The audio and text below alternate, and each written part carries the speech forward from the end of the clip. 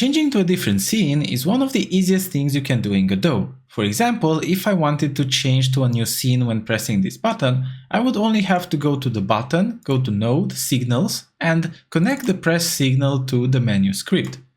After connecting it, I can simply load the new scene inside the variable. So I'm gonna write var scene equals to load of res//large scene.tscn, and afterwards I can simply write get3.change scene to packed, and in here I'm just going to add scene as a parameter. If I now press F5, if I click on the button, I'll just have to wait a little and then my new scene is going to be loaded.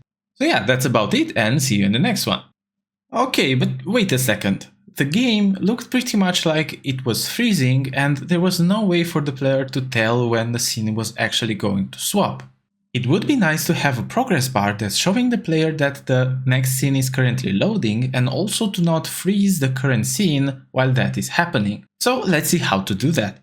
I'd like to start with a new scene that has the responsibility of swapping to the next one. This scene is simply going to be a control node that has a progress bar at its center.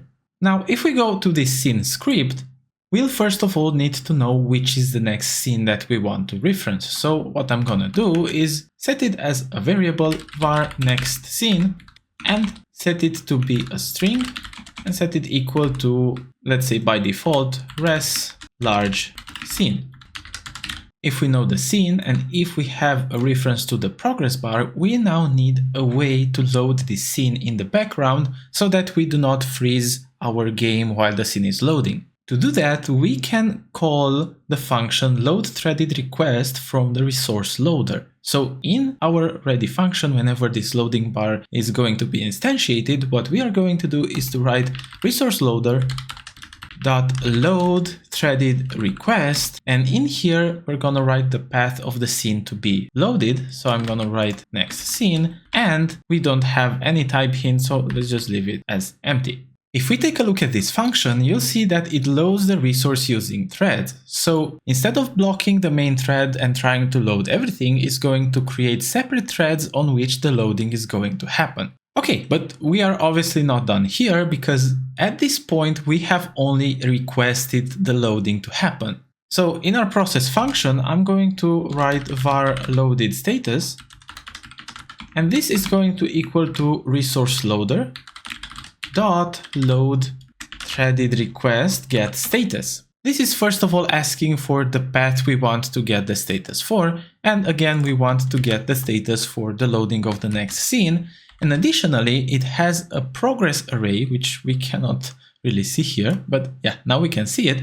It has a progress array which is going to hold the percentage of our resource being loaded. But why is it an array and why isn't it just a number, since a percentage could be represented with just a number? Well, the reason is efficiency. It's much easier to store this progress as a reference through an array. So that's the implementation that the Godot developers went with, but it's not much different than having a simple value. So what I'm gonna do is write var progress and make it equal to an empty array, and you'll see soon enough that this is going to be an array which contains a single number.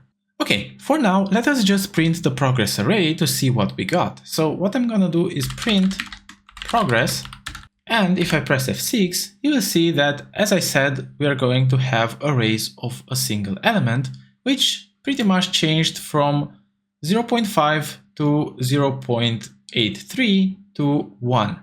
The issue that we have here is that loadThreadedGetStatus only returns progress whenever a full resource has been loaded from the scene we are going to open. And for that reason, instead of getting continuous values from 0 to 1, you see we get 0.5 for a lot of time, and then when a new resource is loaded we get 0.83, and then we get 1 when everything finished loading. But anyway, let's just move on with this and just see what would happen. If I were now to look at the progress bar again, I would see that the minimum value of it is 0 and the maximum value is 100, while the progress that we get here is between 0 and 1. So the new value that we want to set to the progress bar is going to be multiplied by 100. So let's just make a variable called new progress. So var new progress, and let's make it equal to progress of 0 multiplied by 100. With this new progress, I can finally update my progress bar value and simply say progress bar dot value and make it equal to this new progress. If I now press F6, you'll see that I'll be able to see the progress on the progress bar as well. 50, 83, and then 100%. Okay, so now all we have to do is to simply swap to the next scene. And how do we do that? Well, this also returns the status of the request. So if the status is finished, we are going to get a thread loaded status message. So what I'm going to do is exactly to check if I got that or not. So I'm just going to say if loaded status is equal to ResourceLoader dot thread load status dot thread load loaded. So basically if everything has been loaded, then I just want to get what I have requested and change the scene to what I got. So what I'm gonna do is write var packed next scene equals to ResourceLoader dot load threaded get, and in here I want to get, of course, the next scene that I've been requesting all this time. Finally, what I do is just as before, get 3 dot change scene to packed and put in here packed next scene. If I press F6, you'll see that I get 50%, 83 and 100, and finally that the scene changes to the large scene. Now all I have to do is to go to my menu, and in here instead of this code, I have to instantiate the loading scene and simply let the loading scene do its job. So first of all, I have to make a reference to my loading scene, so I'm dragging and dropping it while holding Control to get a const loading scene, which is just a preload of the scene, and this is going to be instantiated inside the variable, so var loading scene equals to loading scene dot instantiate. And what I'm going to do with this instance, well, of course I have to set which is the next scene, and the loading scene dot next scene is going to be equal to this large scene.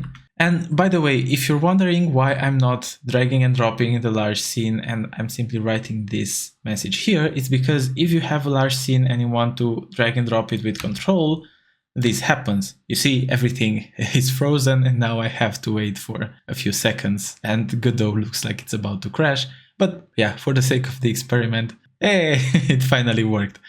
Okay, yeah, let's just leave it like that. And now that we have this next scene, we are simply going to add it as a child. And if we press F5, we have here this button. And if I click on it, I get this loading scene, which happens to work exactly as it worked before. Okay, but the way we are loading is not very nice. You saw we started with 50% instead of starting from 0, and we waited a lot there, and we waited a lot at 83, and then we stayed at 100% and so on. What we can do in that case is to go to our loading screen and interpolate the values that we got.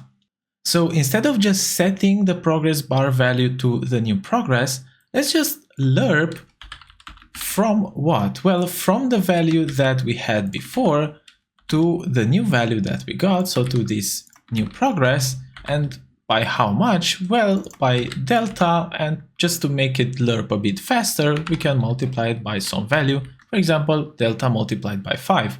With this simple change, if I press F6 right now, you'll see that I start a new game and I already see the progress bar moving smoother. However, you saw that it stopped at 92%.